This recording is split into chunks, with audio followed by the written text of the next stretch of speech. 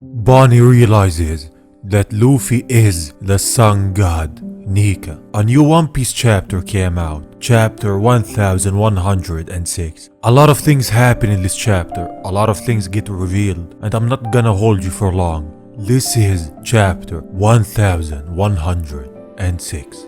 The chapter starts where we left last time, with an approaching ship coming to Egghead Island. And we get our first glimpses at Luffy. He ate his full. As the Marines try to apprehend him, Luffy, from the looks of it, starts transforming to his gear 5 form, the sun god NIKA. The Marines are all afraid because of the buster call, as it all starts happening with the Marines firing at the island. We see Bonney, Kuma and the others falling from the sky while Vegapunk is looking at them. And Saturn gives the order for the pacifistas to get rid of them. Vegapunk says, "Atlas, come in, let Bonney know."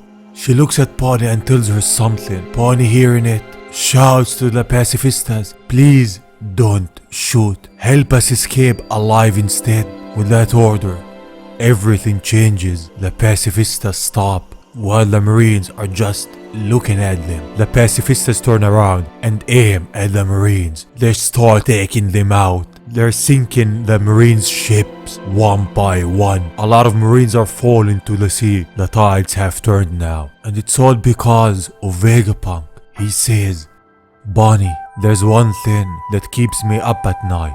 The image of you being killed by your dear father. And Kuma, the idea of your precious daughter dying by your hands. I couldn't stomach such a tragedy. That is the reason I made sure that each and every clone sharing your appearance would be programmed to obey her. Bonney, they will prioritize your orders above all else, even above the 5 elders. It doesn't matter if the entire planet is against you. Kuma will always be by your side." That was the one selfish liberty I took, and I knew this secret would have consequences. What Vegapunk did is something I expected from him. After meeting him throughout the chapters, we got to know that Vegapunk is pure-hearted. He gave Bonney total control. He gave her a safety net, that her father will always be by her side. He will never leave her side no matter what. And I'm happy he did it. I'm happy that Vegapunk took this step to help Bonney. But that costed him, as Saturn pierces him because of it. A betrayal of this magnitude would be met with no mercy. Seeing this, Frankie rushes to Vegapunk trying to help him, but Saturn orders Kizaru to get rid of them all quickly. And Kizaru blasts them, damaging them all, then goes right in front of them and says he will get rid of them with one slash, and it won't hurt a bit. As he's about to end it, a familiar rhythm is heard. As he's laughing, Luffy arrives, punching Kizaru away from them. Finally, the JOYBOY is back. He's laughing and laughing. After that snack, he's at full power and says, "Let's have some fun." As the music is playing, his rhythm is heard throughout the island in front of everyone. The whole ground is shaking because of him. It's turned to rubber. Even the ships can see the ground of the island is shaking. Saturn is just staring at the JOYBOY, at the sun god NIKA, and Kizaru is still alive also. As the whole ground is shaking, Bonney rushes to Vegapunk's aid, and we see that the ancient robot started moving to the sun god's rhythm, the same rhythm that they all knew. Even Bonney starts to recognize that rhythm. She says, "That rhythm." She remembers what her father said. "NIKA, that's right, I've always looked up to him." They say NIKA would come along laughing to this rhythm. Bonney knows this rhythm, and Vegapunk finally reveals to her and says, "I knew it. You haven't connected the dots yet, have you, Bonney? It was like that with me too. I had to see it with my own eyes." Straw Hat Luffy, the young boy who caught Kuma's eye, is the sun god NIKA, the JOYBOY. Bonney starts crying as she's looking at Luffy. Kuma was right.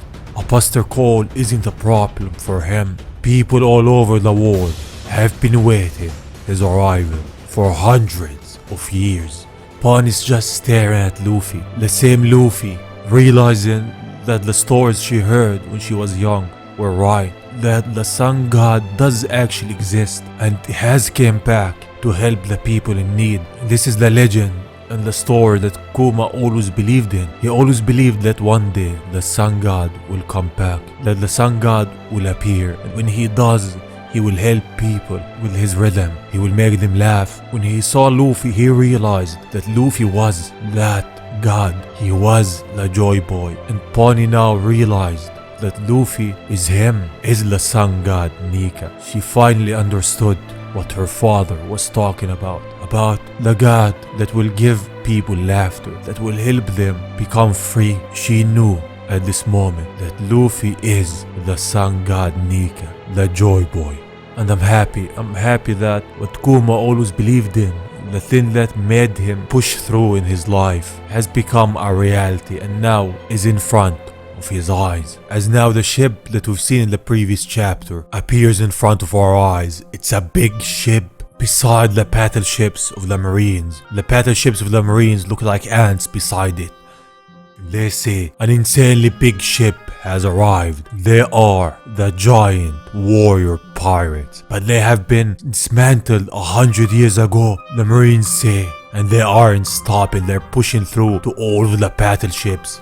We see for the first time since ever Dory and Proggy, as Proggy says, why? They're actually asking why Dory. Dory replies with, don't they know some things in this world can't be stopped? As they launch at all of the battleships, destroying them. We've come to pick up Straw Hat Luffy, and Dory starts laughing. Or should we call him the sun god NIKA? And a giant glimpse of hope has finally arrived. Even Dory and Proggy know that Luffy is the sun god, the JOYBOY, and I'm happy that they are the ones that actually came to this island, since the next chapter of the story is Elbaf, and they're gonna go to Elbaf, and Dory and Proggy being here is a good sign to that, and I'm happy they are here, and I'm happy that they have arrived.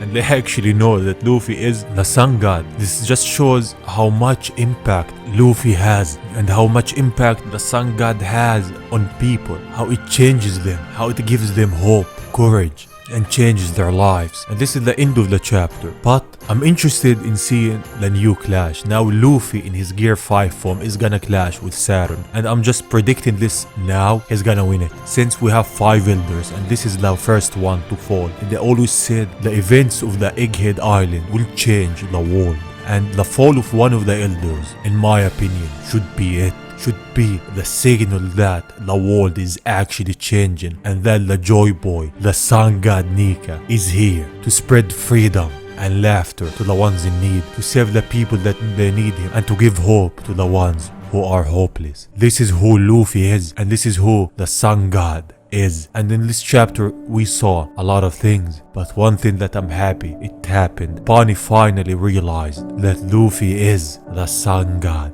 NIKA. And yeah, this is where the story ends for now. And next week we have a break. There's no chapter. Tell me what do you all think? What do you all think about this chapter and everything that happened in it? In my opinion, this is one of the best chapters in the whole arc. The connection between everything and how the chapter began and ended were perfect. How Bonney finally saw the sun god. How Luffy showed Kuma and Bonney that the sun god actually exists. The JOYBOY is here.